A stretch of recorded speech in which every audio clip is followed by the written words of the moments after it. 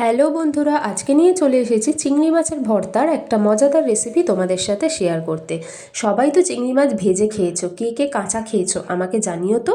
আজকের রান্নাটা সম্পূর্ণ কাঁচার পদ্ধতিতেই হবে। প্রথমে আমি চিংড়ি মাছটা ধুয়ে বেছে নিয়ে নুন হলুদ আর লেবুর রস দিয়ে ম্যারিনেশন করে রেখে দিলাম। তারপর তেলের মধ্যে দিয়ে দিলাম কালো জিরে আর পেঁয়াজ ফোড়নে। তারপর একটা বাটা মশলা করে নিয়েছিলাম টমেটো, পেঁয়াজ, আদা, রসুনের, সেটাই 4 চামচ মতো দিয়ে দিলাম।